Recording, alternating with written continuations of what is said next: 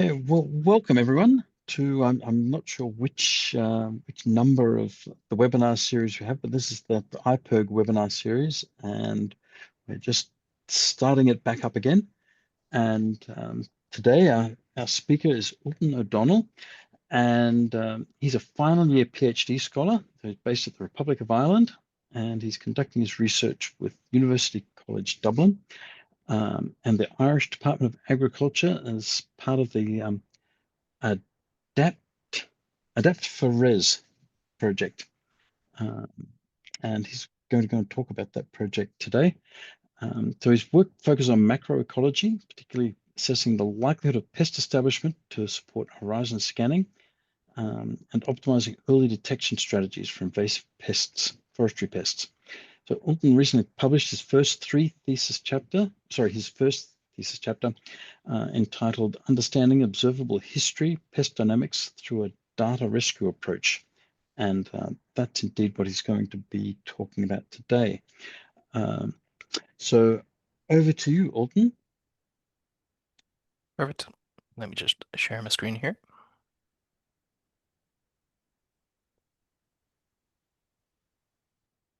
So, this. Perfect. So, yeah, good morning, everybody, and thank you for joining today. So, today I kind of want to talk about a portion of my research that I think could be relevant to uh, any of you who study invasive species and want to maybe better understand their long-term dynamics, but might not have the data readily available to you. And it may also be of interest if you're looking to develop a baseline data set for pests or pathogens in your area or jurisdiction. So, um, just to give you a background on the project that I work for, so my research falls under a broader project called Adapt for Res. And this is a project that takes an all-island approach to forestry research in Ireland. So, if you're unfamiliar, Ireland is split between two countries, Northern Ireland and the Republic of Ireland.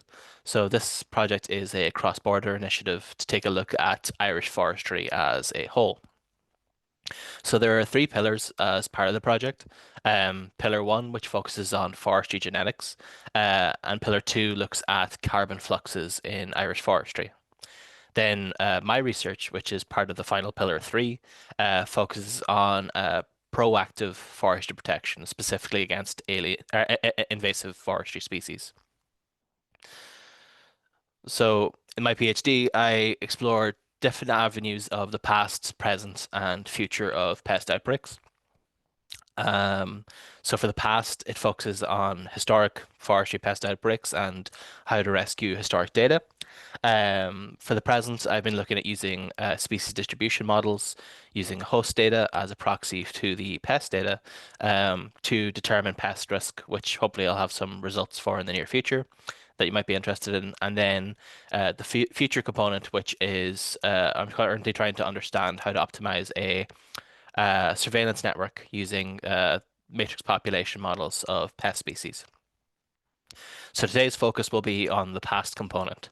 So I'll be discussing our recently published paper on historical forestry pest outbreaks, on the opportunities that data rescue presents in looking at long-term data sets.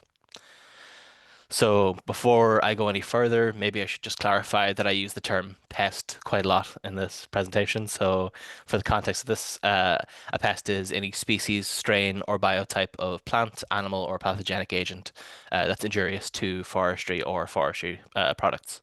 So that's just adapted from the European Mediterranean Plant Protection Organization's description of plant pests, but specifically talks about forestry pests. So just I wanted to give you maybe a broader historic context to Ireland's forestry and the current state that it's in. So this image comes from Paul McMahon's book Island of Woods and shows the change in Ireland's forestry coverage over time. So the forestry coverage in Ireland expanded slowly over thousands of years following the Ice Age, and then which actually led to between 80% and 100% forestry coverage on the island around 5000 BC. Then following that, human settlement slowly began to reduce forestry coverage as Neolithic farmers began deforesting land for the use of timber and obviously for farming land, which is a big thing. And then some of the earliest descriptions of Ireland was actually Inishnavifa, which is the Irish language for Island of Woods, giving you an idea of the extent of forestry on the Irish landscape. Uh, the island then saw its greatest loss of forestry coverage during the 15th to 18th centuries, as Irish woodlands were increasingly being used for things like shipbuilding, barrel staves, and then also like charcoal for iron and glasswork. Then in 1928, this reached the lowest it ever had at an estimated 1.2% forestry coverage on the island.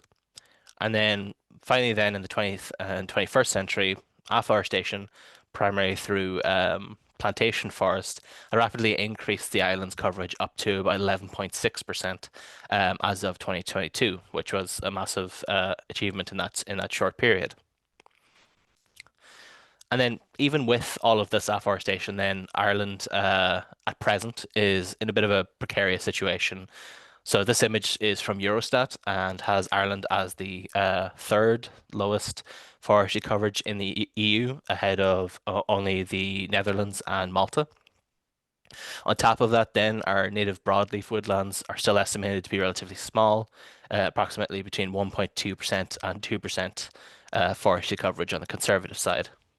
And then on the plantation side, there's also an increasing body of evidence that invasive pests and pathogens have a higher severity of damage against monoculture plantations, which are now the primary forestry stock in Ireland.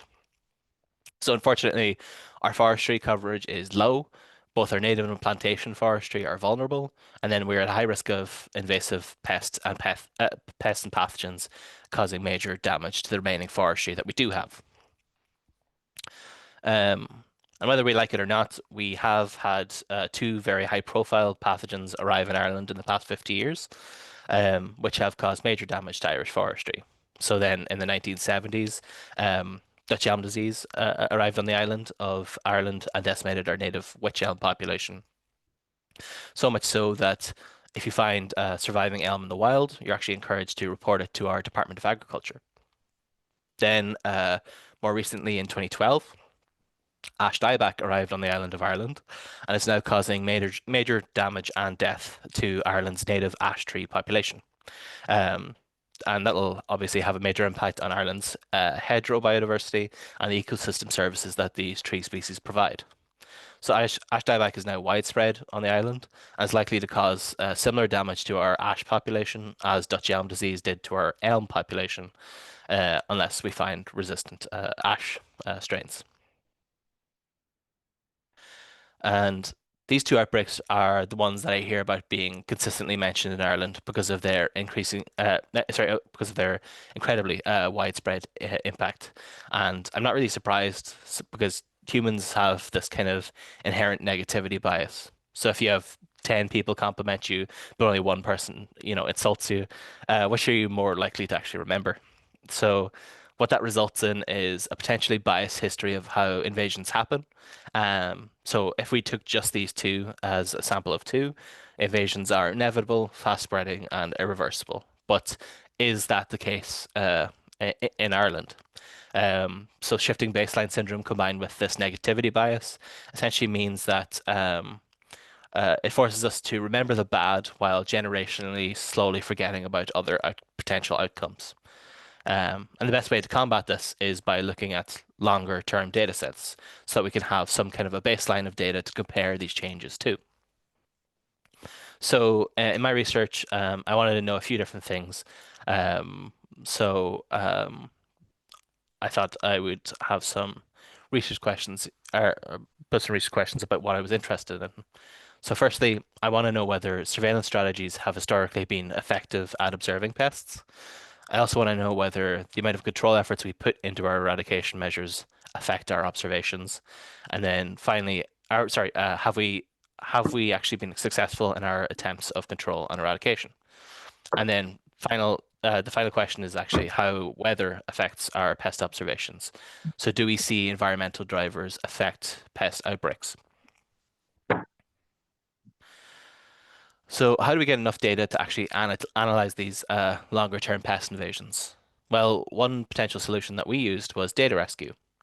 So data rescue is the process of collecting information from difficult to access historical sources and digitizing them.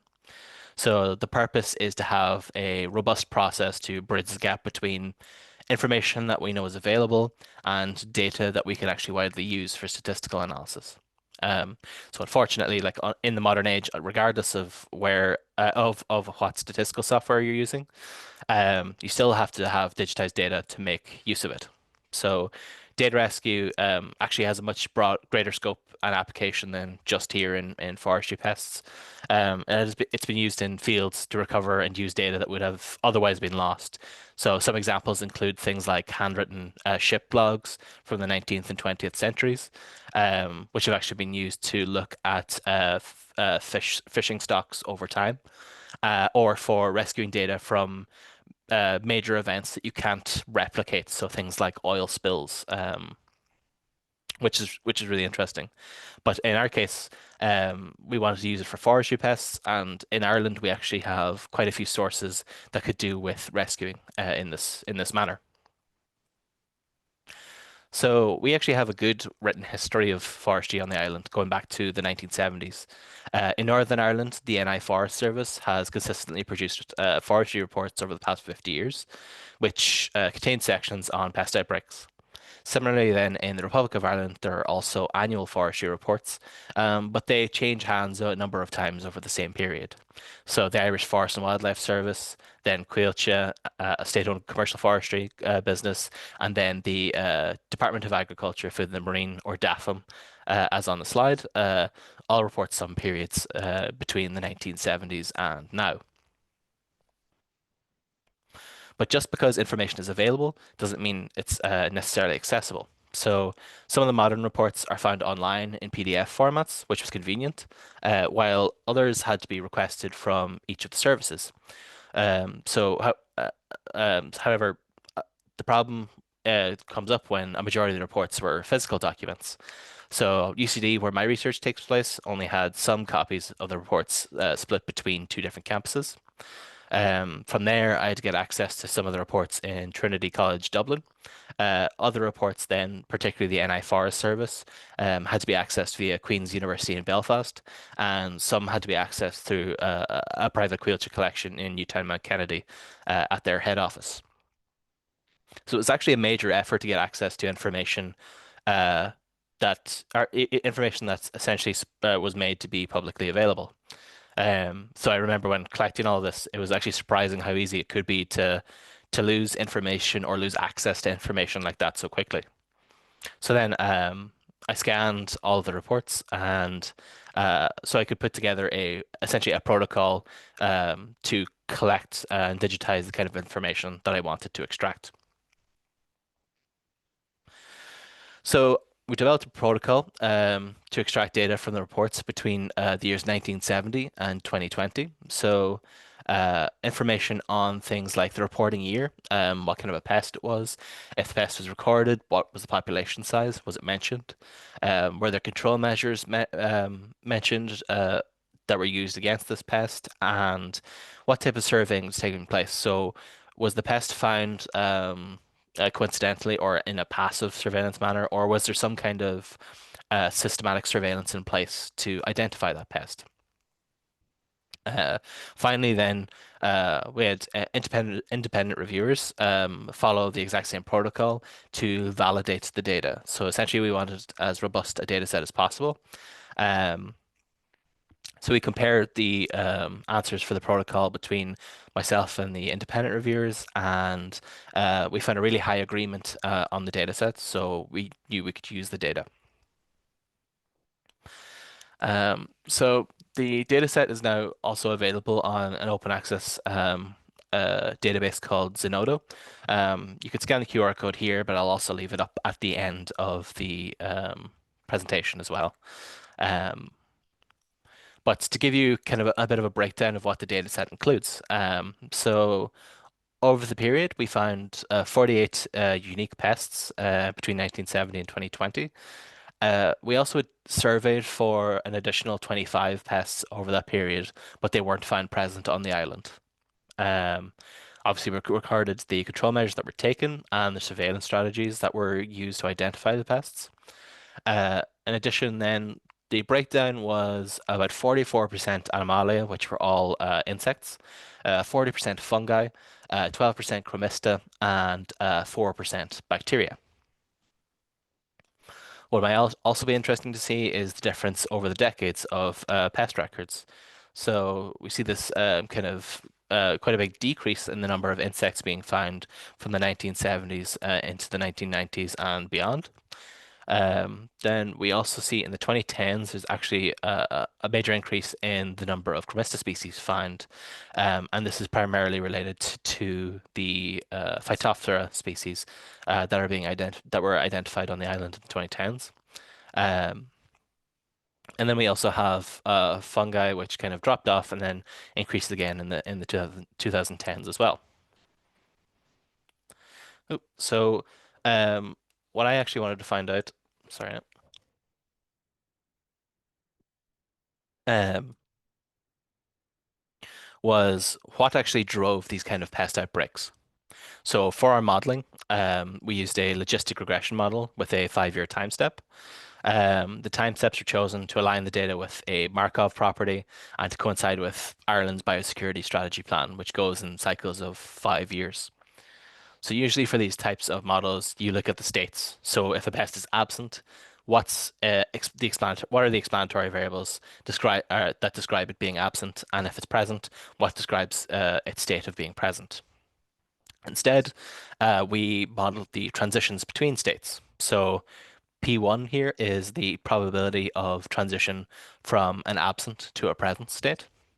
And then P2 is the transition from present to absent once found. So what we're really interested in is what drives the transitions to become present or to become absent.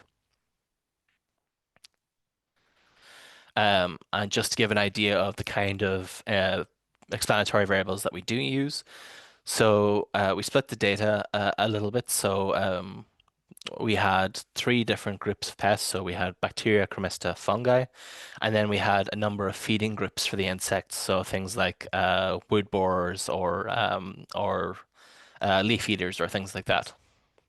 In addition, for our environmental variables, we collected variables from the EOBS weather dataset, which is a weather reanalysis dataset, and we used things that might be biologically relevant to the pests, so things like degree days, the number of freezing days, and average autumn rainfall to look at precipitation effects. We also looked at the type of surveying that took place, whether it was proactive or passive, then whether or not the records were pre-1995 or post-1995 to see if there was a component, an effect on just over time, over the 50-year period, if there's a change in the how pest outbreaks happen. And then obviously we also looked at control efforts. So in the case of control efforts, we looked at whether or not uh,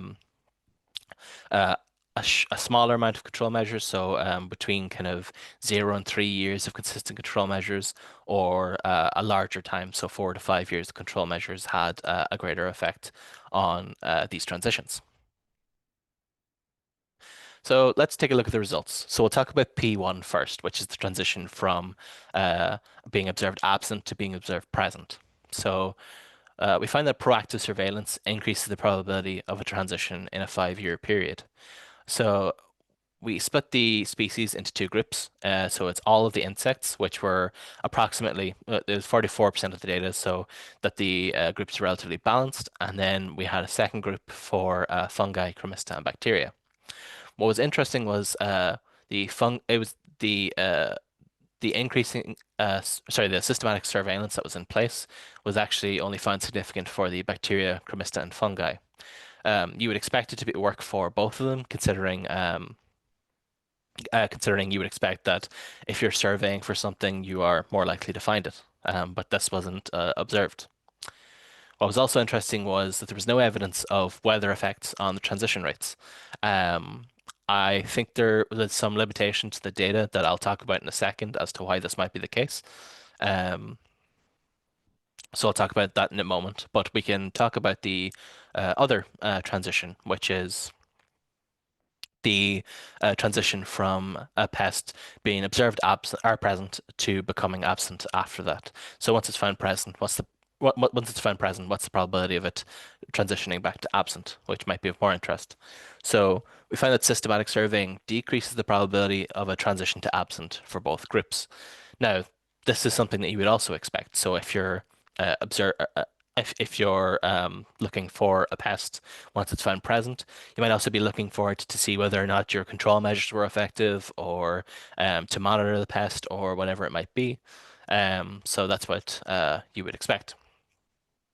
Then for control measures, what I thought was interesting was 4 to 5 years of control measures decreased the transition probability versus 1 to 3 years after being controlled for surveying. So there's only a very small decrease in this, but what was interesting is um, you're seeing that 4 to 5 years had less of an effect on the on the transition of probability to, or sorry, on the transition to absent after becoming present, which was unexpected to me. Um, and like with some of the limitations of the weather effects, there might actually be a reason for this, and I'll have a chat about that in a second. So from the results of this process and having worked with the methodology that we are sorry having worked with the results of this process and the methodology that we have, and some of the limitations that also exist in the available data, I was able to learn about the kind of information that is available consistently. I wanted to provide maybe some recommendations to take a proactive reporting approach to improve the quality of the recorded and published data going forward. So this kind of led to 3 different recommendations to proactively improve the reporting standards for the future. So the first recommendation is to record the location of pest outbreaks. Um, Over the 50-year period, pest outbreak locations were sometimes mentioned, but not very consistently, and this needed to be as consistent as possible for the data to be usable. So one of the limitations that we had as part of our data analysis is that the weather effects had to be averaged over the island of Ireland. So while Ireland's weather can be more homogeneous than other countries, this will reduce the resolution of detailed weather effects on pest observations, and may be one of the reasons it was not found to have an effect on the pest dynamics. It is possible with current reporting standards in Ireland. So, for example, Ireland's forestry statistics from 2023 use 10-kilometer square grids to show the presence of Hymenocystis fraxineus, which is the causative agent of ash dieback as it spreads across Ireland. So in the paper itself, I recommended a reporting format like this for outbreaks because it allows for a reasonable level of understanding of a pest's abundance and location without really assigning blame to an industry participant for outbreaks. The second recommendation I had was in relation to control measures. So firstly, the type of control measure that was used on a particular pest was rarely mentioned and was only stated as something like control measures were taken, or effective control was taken. And that really reduced the ability to look at the effectiveness of different control measure types, limiting our ability to gain insight from longer term data. So a particular fungicide might be useful on first application, but is it effective long term? So without the data, we cannot really gain an understanding of this. Um, uh, uh, um, the effects of particular control measures. The second is the actual management goal. So one of the assumptions in our methodology was that the control measures were taken for the purpose of eradication, but this is never actually explicitly stated in any of the texts. So stating the management goal when a control measure is taken is a pretty straightforward addition to show is a pretty straightforward addition to these kind of annual reports, because it seems implicit, but might not be. So for myself, when I show up, 50 years after the publishing of this report, I don't necessarily know whether a pest was being controlled for eradication or whether it was being controlled for management below an acceptable level. So I think it's a really good way to uh, tweak the reports to better understand the kind of longer term dynamics and what the goal was, so we can measure whether or not the uh, the interventions that we had taken were useful. Finally, then the last recommendation was is that we should attempt to develop minimum reporting standards across multiple jurisdictions, especially if they are within similar climate regions. So, one of the biggest issues that I consistently saw with, and I consistently still see with trying to understand pest dynamics, is a lack of available data. So new outbreaks or rapid population growth before they become observable can be a really difficult quality in invasions to manage and to understand. As much of the time, effort, and resources probably go into managing the threat rather than recording specific observations. So developing minimum reporting standards would at least allow us then to pool the currently available data from more than just one country's jurisdiction. So take Ireland, for example. Obviously, in our case, we pooled data from the Republic of Ireland and Northern Ireland. Um, but if we were to look at the Kopp and Geiger climate classifications, um, we can actually see environmentally similar classes of land across the world. And in Northwest Europe alone, Ireland's climate tends to match that of the UK, France, Belgium, and the Netherlands, in addition to parts of other countries. So if you're able to share climatically similar data across these jurisdictions, it could actually vastly increase the potential available data on particular pests and the potential strength of conclusions when trying to look at longer term dynamics. So this kind of agreed upon transferable reporting standard could go a long way. So with those three recommendations, I think jurisdictions and national plant protection organizations can take into account their reporting standards and the purpose of their reports. If these reports are being carried out consistently already, minor changes would actually improve the usability of the available data in the future. And if it's a requirement in your jurisdiction to make annual reports on forestry health, why not make the data usable for context and for scientific research? So the data rescue methodology we used was pretty robust, and it's a great way to extract historical information to look at longer term trends when you don't necessarily have that available. And I would encourage other jurisdictions to do the same, as there's actually a really uh, great wealth of information to analyze if only we had access to it. So, with that, I want to thank you very much for listening. And I want to thank my supervisors, Dr. John Yearsley and Dr. Connor Francis McGee, as well as Andy Burke, who also worked on this paper. And if you're interested in the dataset, the paper, or my other current research, feel free to scan the QR code here, which has my research and points of contact if you have any questions later, or if you have any questions now, feel free to ask. Thank you very much, Ultan, for that wonderful, energetic presentation. I encourage everyone to either pop their questions in the chat or put the hand up um, if you want to ask it in person. Okay, while you're thinking of your questions, I've got a few. Sorry, Alden, are there any documented successful eradications on the island of Ireland? That's a good question. There's how do I say? So the way that we looked at pest records, there were definitely a few that were transient. And what I mean by that is pest was observed present for 1 year and then couldn't be observed then the following years. Uh, in some cases, sorry, in a lot of cases, what ended up happening was control measures weren't accurately recorded, so I couldn't say for certain that it was control measures that caused that essentially. So it can be hard to say because not all pests had control measures taken on them, or at least they weren't being recorded in the reports. Right. So the I basis of my suppose question I was could add to how that. difficult. Sure, Connor, go for it. Sorry, Darren, I didn't to speak over you there. So thank you, Ultan. Fantastic presentation. When we discussed this data with Ultan, myself and Andy, when we were going through it at the raw stage prior to analysis, there were a few interesting things that stood out.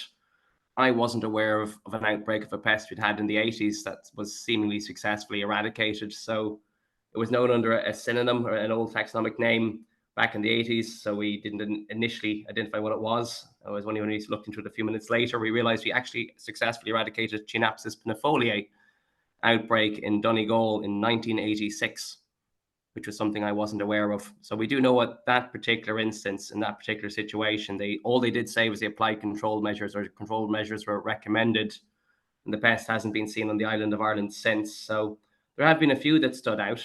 I wasn't aware of that. I'm sure if we go into the raw data, there's one or two others that stand out. As Ultan's pointed out, it is hard to tell if it's transient or if the measures themselves actually cause the action, but there was one or two things that did stand out at that stage, and it was an eye-opener for myself. At that particular stage, that species in question was under consideration for Annex 2A status in the European Union as a quarantine pest. When we were actually reviewing the raw data, I should say. But thank you. Okay. Any other questions? Okay, I'll go to another one.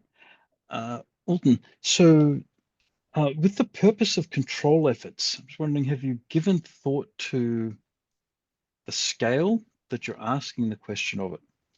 So if someone's laying down a spray, the idea obviously is they want to kill wherever they're putting the spray down. But I'm sensing that your question is more about, is that in the context of an eradication attempt, or is it in the context of asset protection, or slow the spread, or some other suppression or pest management? Is that right? Yes, so in the context of the paper, we had assumed that it was for the purpose of eradication. The issue came about that that's not in a lot of cases that's not explicitly stated. So we don't know specifically whether it's for eradication or whether it's for management below, an acceptable threshold or something like that. Okay. Okay, one thing I'll point out is there's this notion of eradication, as in the official line is, yes, we're trying to eradicate this, but really the resources aren't there and the political will isn't really there. It's just a label that's put on it that to satisfy stakeholders that there's this effort going in when really it was doomed from the start. Just wondering if you've given any thought to that. Yeah, so some of the artifacts in the data are interesting at the higher level of pest populations. So when they're observed, for the first time with small numbers, you can kind of see control measures and things like that take place. There's other pests that, over the 50-year period, they show up, they become widespread, and after a certain time, they stop being recorded as a pest, essentially. So they're not recorded in that kind of forestry health um, reports because they become so widespread, and control isn't really feasible. So there is certainly a part of it where um, the um, yeah, the notion of eradication or what that measure is a little bit difficult to accurately pinpoint.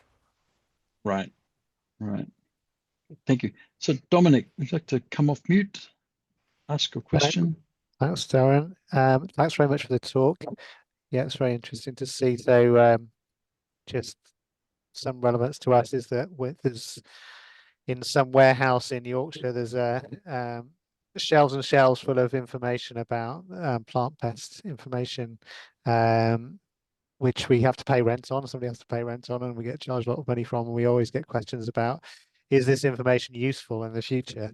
And so we have to justify whether we keep this or not. And I think, yeah, you've provided a good demonstration on that it can be useful. So even though you don't have necessarily a use for it today, next year or in the future, you might want to look back on this and get something useful out of it. And one experience I've had of that is looking back at outbreaks of Colorado beetle going back as far as all the way through the last century into the 1900s, so the first decade of the last century, when there was an outbreak of Colorado beetle in the UK. So and then being able to put together a map of where all these outbreaks have been across various decades. So that's been useful.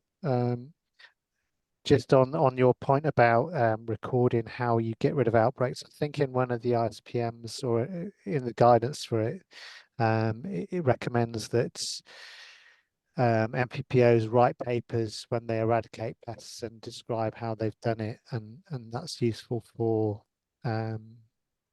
because other MPPOs may question you in the future about, oh, you sure you eradicated it? How did you do it? How did you demonstrate you did it? What surveillance did you do? So yeah, I did that for Asian longhorn beetle and hope to do that in the future for other pests as well. So yeah, just one comment on that.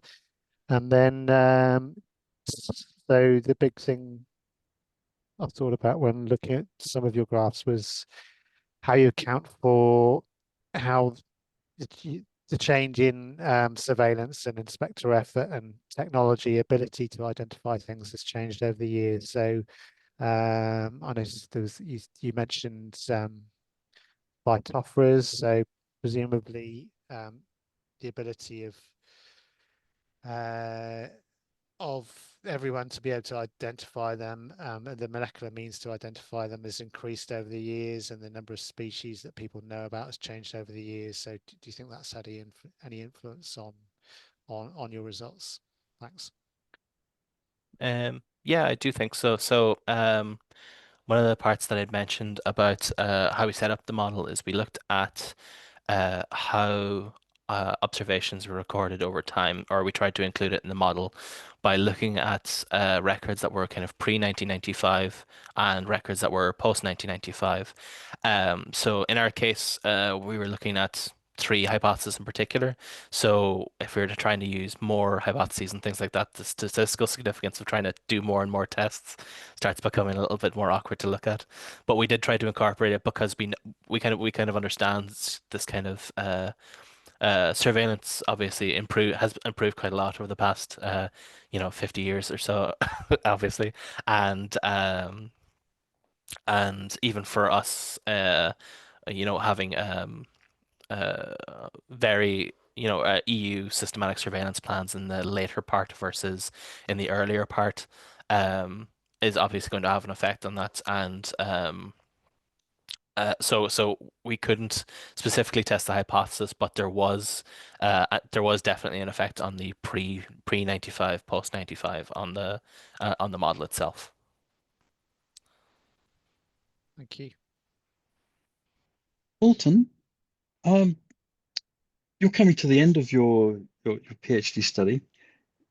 Given what's happening with large language models these days, if you were starting your PhD again, would you consider going and trying to go and throw that corpus of material that you were trying to get into, just scanning the heck out of it and throwing a large language model at it, and then going and using the large language model to go and try and pull out the information? So I'm thinking that might, if your answer is yes, you would consider it, that might be something that Dominic would want to go and consider. Instead of going and paying for all that warehouse space, turn it into a hard drive and it's accessible. So over to you. Yes, absolutely. So we'd actually discussed this quite a lot just after we had submitted the paper for application, obviously. But one of the benefits, so we used a measurement to so we had independent validators essentially use the same protocol as myself and see how much the agreement lined up between myself and the independent reviewers. And we used a measure called Krippendorff's alpha, and it's a really flexible way of trying to identify whether or not this person agrees with another person, and it doesn't matter what type of information it is. So one of the things that, especially if you have much larger data sets, so I had, I ended up being, I think, 97 reports to go through to scan with this protocol. But obviously, if you have a warehouse, I don't think that's feasible in a lot of cases. But you could definitely apply AI either as the primary sorter of data to have human validators, then to see how much they agree, or the other way around is that you could have the independent validators also try and find, or sorry, be the generative AI model or the AI model, and do it the other way around. So yeah, there's actually a lot of opportunity for data rescue using those kind of tools. And curation, by the sounds of it, in Dominic's Yeah.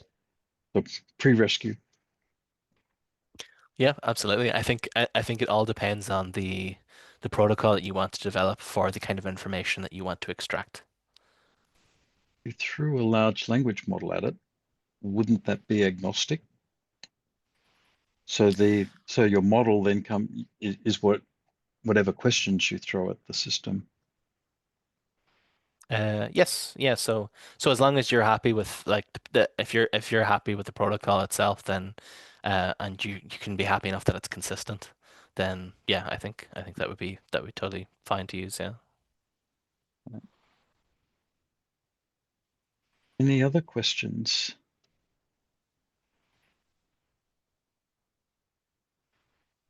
I feel awful. I'm asking all the questions. I've got one more then. The advent of citizen science databases, and how do you see that they would have influenced this? Because there's a lot more. There's a lot more documentation going on, but it's obviously biased. So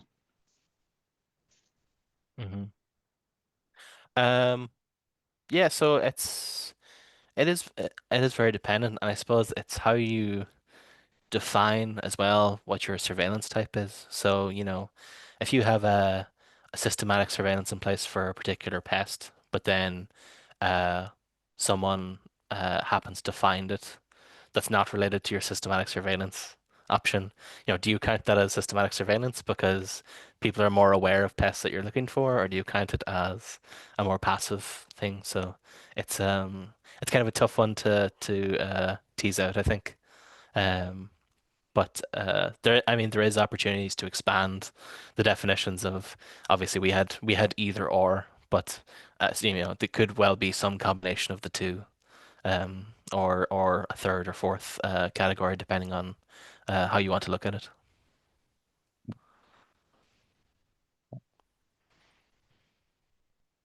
last call for questions. Okay. Well, thank you very much, Ultan.